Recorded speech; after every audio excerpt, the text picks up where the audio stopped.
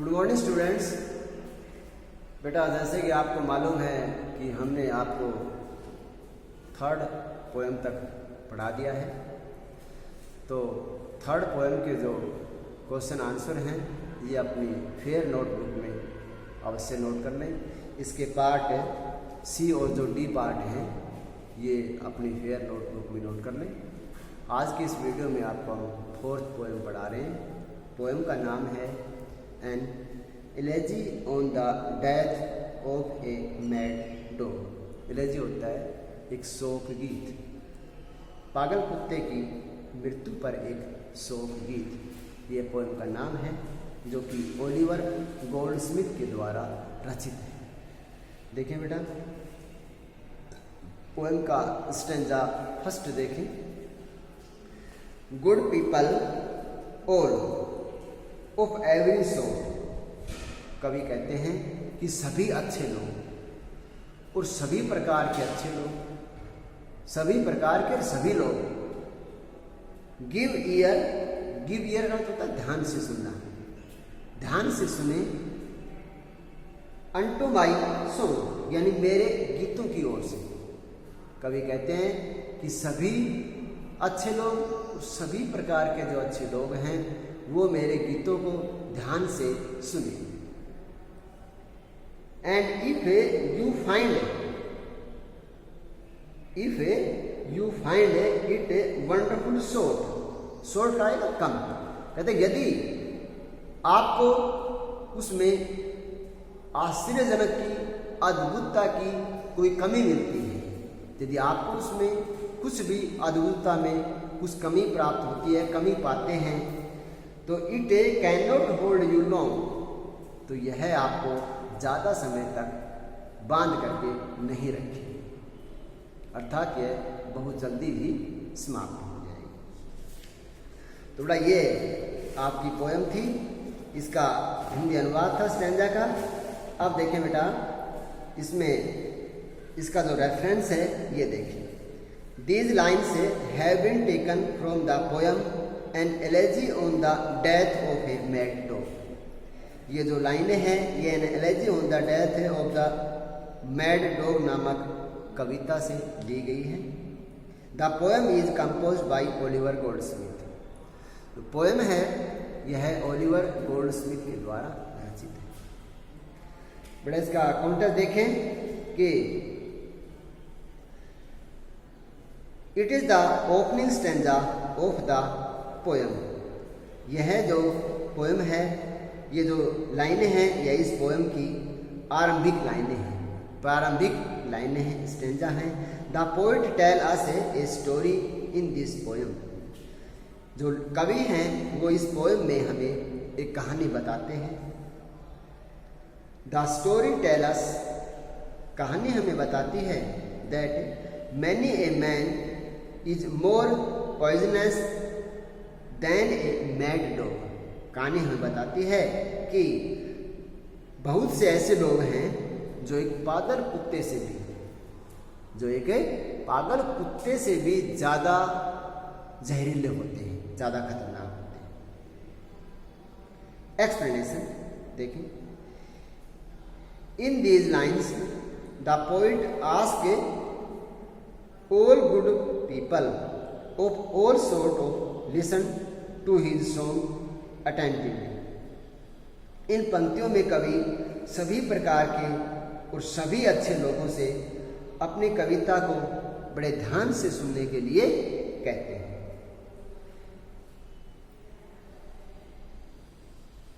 He wants to tell the people a wonderful story।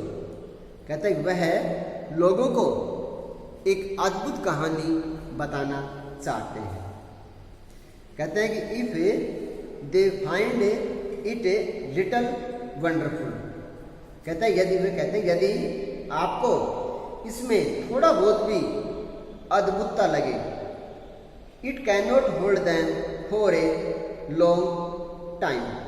कहता है यदि आपको इस कविता में थोड़ा बहुत भी अद्भुतता नज़र नहीं आती है तो यह जो पोएम है, ये जो लाइनें हैं, ये आपको ज़्यादा समय तक बांध करके नहीं रखें। अर्थात वो कहते हैं कि यदि आपको कुछ भी अधिक आश्चर्यजनक नहीं लगता है तो फिर वह लोगों को अधिक समय तक रोक करके बांध करके नहीं रखेगी।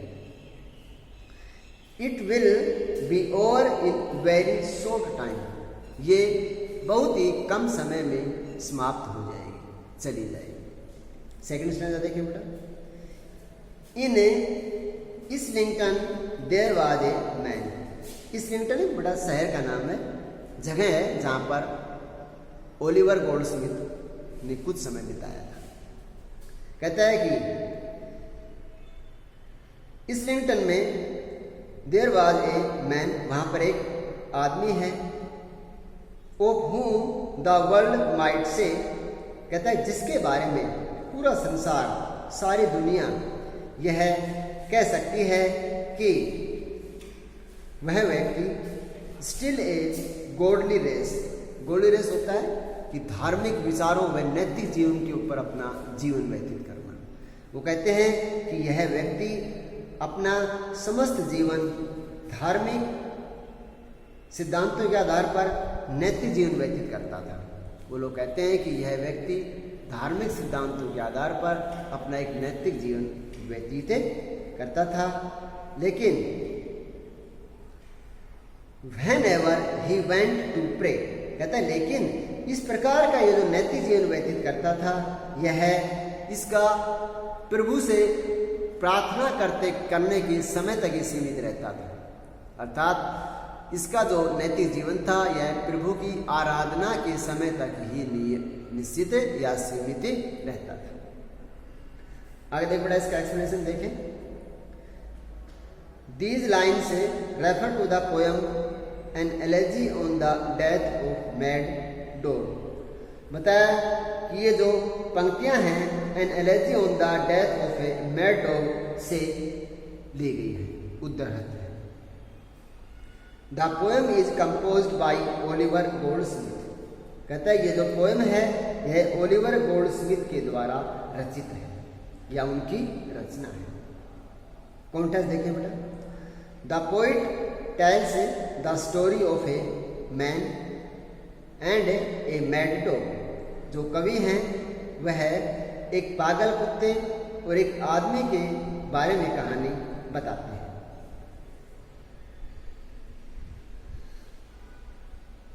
ही टेल अस, वह हमें बताते हैं about the type of the life man live.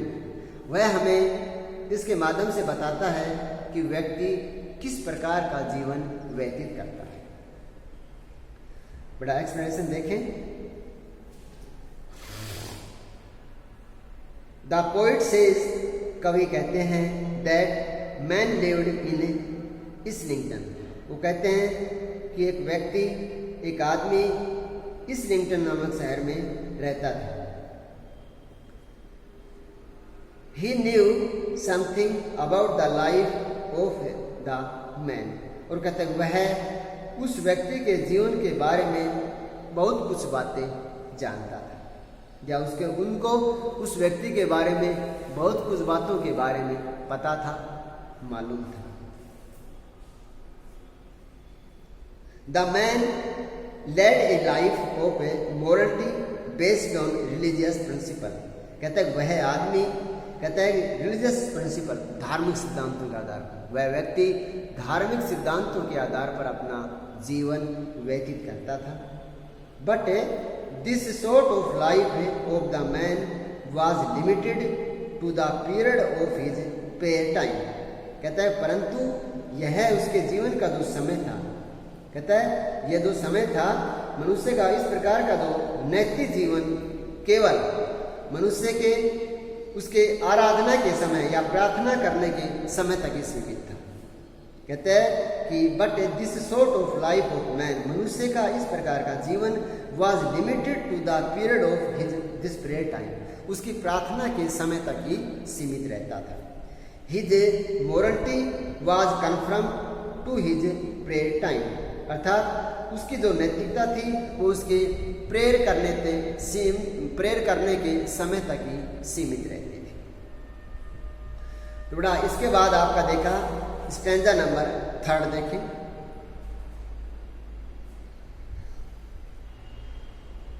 A kind and gentle heart he had.